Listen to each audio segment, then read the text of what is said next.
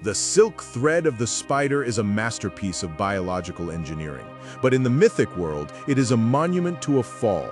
When we look at the tragedy of Arachne, the Lydian weaver who challenged Athena and was cursed to spin in the shadows forever, we see a mortal woman who pushed the boundaries of human capability and lost. But her existence raises a question that shatters the continuity of our chronological journey. A question that breaks the timeline. If Arachne was the first spider, who were the hands that built her heavy wooden loom? Who were the kings of early Athens who judged her? Who were the mortal women that Zeus, Poseidon, and Apollo had been seducing, manipulating, and terrorizing for decades? The Bronze Age is dawning, and with it comes a level of terrestrial warfare and human slaughter that the mythic world has never seen. If humanity is already building cities, weaving tapestries, and suffering the wrath of the Olympians, where did these people come from? To understand the mortal condition in Greek mythology, we must accept a truth that the ancient world lived with every single day. Mythology is not a single straight line drawn from beginning to end. It is a massive, overlapping tapestry of competing traditions, local cults, and rival poets. To force Greek myth into one definitive timeline is to destroy it. The Bronze Age is dawning, and with it comes a level of terrestrial warfare and human slaughter that the mythic world has never seen. To the poet Hesiod, writing in the 8th century BC, humanity was a degenerating sequence of metals, created by the gods in distinct eras. To the Roman philosopher Ovid, writing centuries later, we were wet clay molded by the hands of a rebellious Titan. To the warlords of the Mycenaean era, we were born from the violent, blood-soaked wood of the ash tree. We cannot look at a single origin. Today we go back to the beginning to look at the mortal blueprint. We are going to examine the multiple, conflicting architectures used to build the human race, the fatal flaws woven into our design, and the terrifying lengths the gods went to in order to fix us. The Bronze Age is dawning, and with it comes a level of terrestrial warfare and human slaughter that the mythic world has never seen. Our first foundational text comes from Hesiod's Works and Days. Hesiod does not give us a story of biological evolution. He gives us a story of moral decay. He introduces the concept of the 5 ages of man, beginning not with a struggle for survival, but with absolute, unattainable perfection. Before Zeus sat on the throne of Olympus, his father, the Titan Kronos, ruled the cosmos. During this Titan era, the immortal gods created the golden race of mortal men. These were humans in name only. They lived like gods. Their hearts were completely free from sorrow, labor, and grief. The concept of agriculture did not exist because the earth simply surrendered its bounty. Crops grew wild and heavy, unprompted by the plow. There was no harsh winter, no disease, and most notably in Hesiod's specific telling of this era, there were no women and therefore no reproduction. The golden race did not age. Their bodies never withered, their joints never ached, and their hands never trembled. They spent their days in endless feasting and peaceful celebration. And when death finally came for them, it did not arrive with the terror of disease or the agony of the sword. It came like a soft, gentle sleep. They were flawless, and because they were flawless, they were entirely stagnant. When the earth eventually covered this generation, they did not descend to the dark realm of Hades. Zeus, recognizing their purity, transformed them into daimons, benevolent, invisible spirits who roam the earth, wrapped in mist, acting as the quiet guardians of mortal justice. Perfection cannot last. The Golden Age ended, the Titans fell, and Zeus took control of the cosmos, and under the rule of the new Olympian king, a second experiment was launched. The gods of Olympus created a second generation, the Silver Race, and the design was deeply, fundamentally flawed. If the golden race was defined by their peaceful maturity, the silver race was defined by an agonizing, arrested development. According to Hesiod, a child of the Silver Age would spend 100 years living by their mother's side as an infant. A full century of absolute dependence, playing childishly in their homes, unable to mentally or physically mature. When they finally briefly reached adulthood, their lives violently unraveled.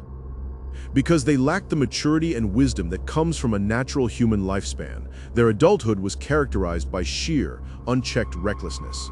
They could not govern themselves, they injured one another constantly. But their greatest crime, the fatal error that doomed their generation, was their absolute lack of piety. They refused to serve the immortals, they refused to build altars, and they refused to offer sacrifices on the holy shrines of the Olympians.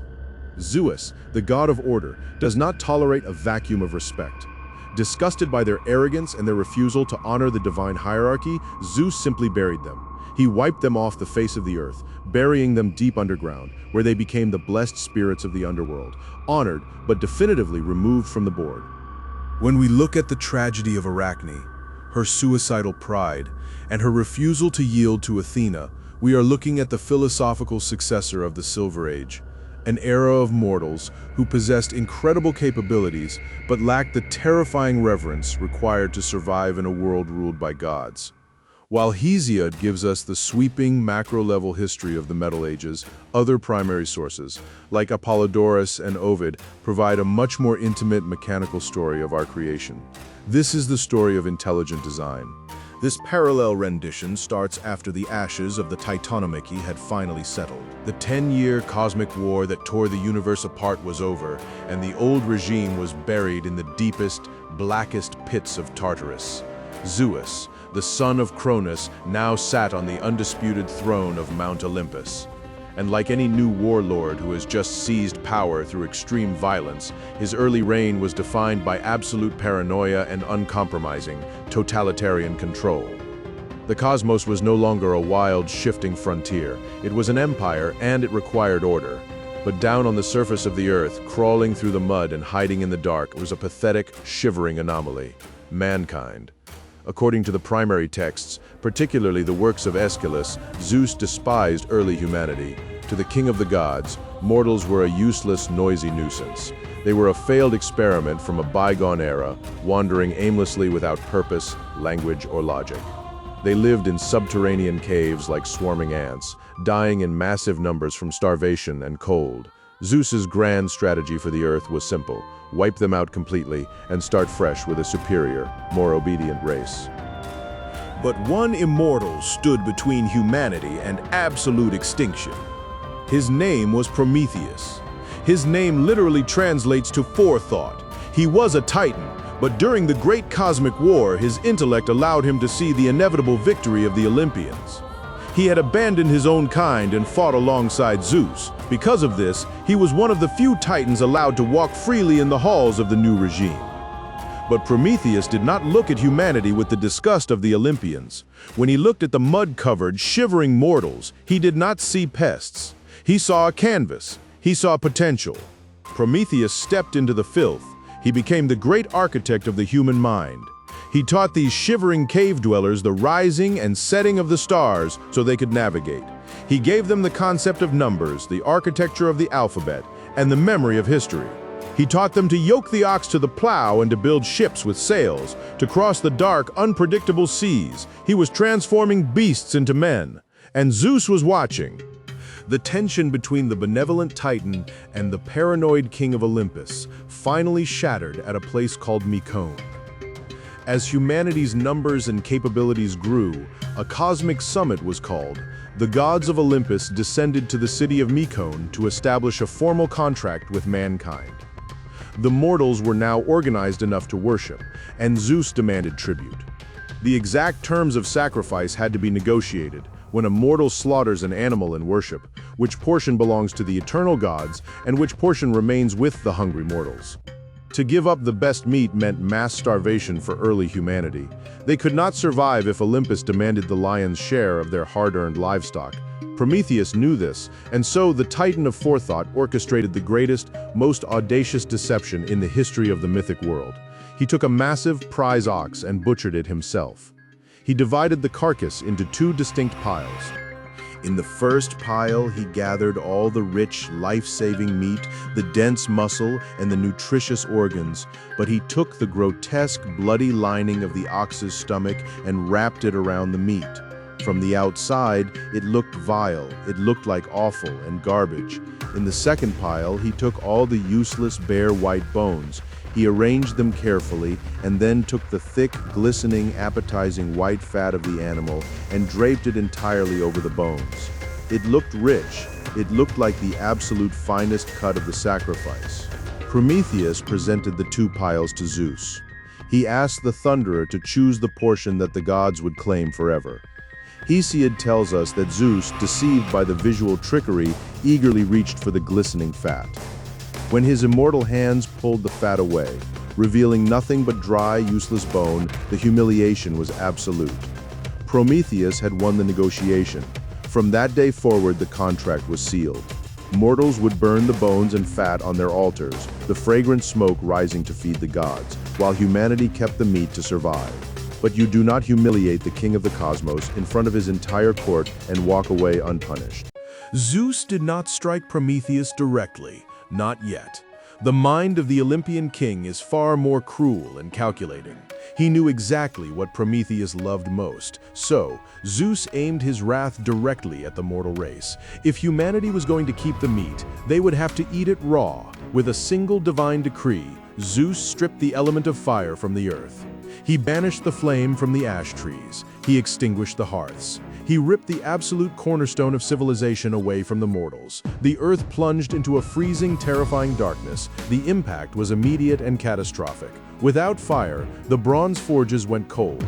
Tools could not be made. The wolves and lions, no longer afraid of the flickering torches, moved in from the deep woods, hunting the defenseless humans in the dark. The meat that Prometheus had so cleverly secured rotted, or was eaten bloody and cold, spreading disease. Humanity was shoved violently backward into the caves. The great Promethean experiment was dying in the ice. From the heights of Olympus, Prometheus looked down at the starving, shivering masses. He heard the cries of the humans he had taught to speak. He saw the cold, raw suffering of the creatures he had modeled in his own image. He knew the cost of defying Zeus a second time. He knew the absolute, uncompromising brutality of the king's justice. He decided it was worth the price. The theft of fire is not merely a mythological footnote. It is the definitive inciting incident of human technological progress. Prometheus moved in absolute secrecy. He could not fight the entire Olympian pantheon, so he relied on stealth. He traveled to the eastern edges of the world, where the great chariot of the sun god prepares for its daily ascent, or in some traditions, to the blazing volcanic forge of Hephaestus himself. Prometheus carried with him a single stalk of giant fennel, the narthex plant. It has a tough green exterior, but its core is filled with a dry, white, highly combustible pith. It functions like a natural, slow-burning match, capable of holding a smoldering ember deep inside its stalk without burning the outside or showing a visible flame. Waiting for the perfect moment of divine distraction, Prometheus reached into the sacred immortal flames. He touched the tip of the fennel stalk to the divine spark. The dry pith caught, the ember glowed bright red, safely hidden within the green wood. Prometheus turned his back on Olympus, carrying the stolen lifeblood of the gods down the mountain. He returned to the freezing, desperate mortals. He broke open the fennel stalk, revealing the glowing red ember. He touched it to dry leaves. He fed it kindling. The flame caught, flared, and illuminated the dark faces of the human race. Within days, the world changed completely. The darkness was pushed back. The forges roared to life, melting copper and tin.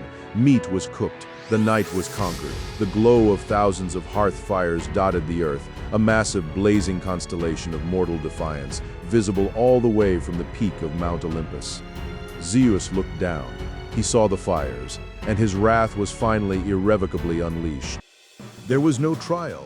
There was no debate in the halls of the gods. Zeus dispatched his most terrifying enforcers. He did not send gods of diplomacy or wisdom. He sent the primordial personifications of absolute brutality. Kronos, the god of raw, dominating power, and Bia, the goddess of inescapable force. They ambushed Prometheus. They did not treat him like a fellow immortal or a veteran of the Titanomachy. They overwhelmed him, battered him, and dragged him away from the civilized world he had built. They dragged him to the absolute edge of the known earth, to the brutal, jagged, freezing peaks of the Caucasus Mountains, a desolate wasteland of sheer cliffs, howling winds, and absolute crushing isolation, far beyond the reach of the mortals he loved. Following closely behind Kronos and Bia was Hephaestus, the god of the forge. Hephaestus carried the heavy, indestructible chains of Olympian bronze, forged in his own fires specifically for this execution. Aeschylus's Prometheus Bound gives us the haunting dialogue of this moment. Hephaestus is reluctant. He respects Prometheus. They are both craftsmen. They are kindred spirits. But Hephaestus is utterly terrified of Zeus. Kronos, the god of power, sneers at Hephaestus's hesitation. He commands the smith to hurry, warning him that pity is a crime against the king. Strike the anvil. Kronos barks. Drive the adamantine wedge right through his chest, pin him to the rock, make him learn to love the tyranny of Zeus, and make him abandon his love for mortals. Hephaestus raises his heavy iron hammer. I am forced to do this, Hephaestus whispers to the chained Titan. Against my will and against yours, I must nail you to this savage crag. You will never hear the voice or see the face of a mortal here. The scorching sun will burn the color from your skin. You will beg for the night to bring the freezing cold, and you will beg for the dawn to melt the frost. The pain of your present agony will never, ever end. The hammer falls. The heavy, unyielding bronze spikes are driven directly through the immortal flesh of Prometheus, shattering bone and pinning him to the sheer face of the mountain. Iron bands are wrapped around his chest, his arms and his legs tightened until they bite deeply into his skin. He is spread-eagled against the ice. Immobilized, broken, Kronos delivers the final mocking verdict. Now go on and be arrogant here. Go steal the privileges of the gods and give them to creatures of a day. See if your mortals can drain away a single drop of this agony. Forethought is a false name for you. You need a prophet to tell you how to wriggle out of this. The enforcers leave. Hephaestus leaves. Prometheus is left completely alone in the freezing, howling silence of the Caucasus. But the chains are only the beginning of the sentence. Zeus's cruelty is infinitely creative. He knows that Prometheus is immortal. He cannot bleed to death. He cannot die of exposure. His body will heal any injury over time. So Zeus sends his personal familiar, the sacred symbol of his reign. A massive, terrifying golden eagle descends from the clouds. Its wingspan casts a massive shadow over the chained Titan. It lands on his chest, its razor-sharp talons sinking into Prometheus's skin.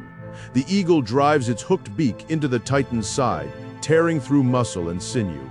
It rips out his liver, devouring the vital organ while Prometheus screams into the empty void. It is an agony beyond human comprehension, but because Prometheus is an immortal god, when the sun sets and the freezing night takes over, the mangled flesh begins to knit together. The torn muscle reforms. The liver slowly, agonizingly regenerates entirely. When the sun rises, he is whole again. And then the shadow falls over his face once more. The eagle returns day after day, year after year, century after century, a closed loop of eternal, unceasing torture. Prometheus hangs against the ice, his blood staining the jagged rocks, paying the ultimate price for the warmth of the human hearth. He gave us the tools to survive, and he took the wrath of heaven onto his own shoulders. But up on Mount Olympus, Zeus is not satisfied. Punishing the architect is not enough. The mortals are still down there, sitting warmly around their stolen fires, cooking their meat and building their cities. They possess the divine spark. And Zeus has decided that if they are going to have fire, he is going to give them a gift of his own to match it. A gift so terrible, so flawlessly designed, that it will break the mortal world forever. He summons Hephaestus back to the forge. He tells him to mix water and earth. He tells him to shape something beautiful. He is ordering the construction of Pandora.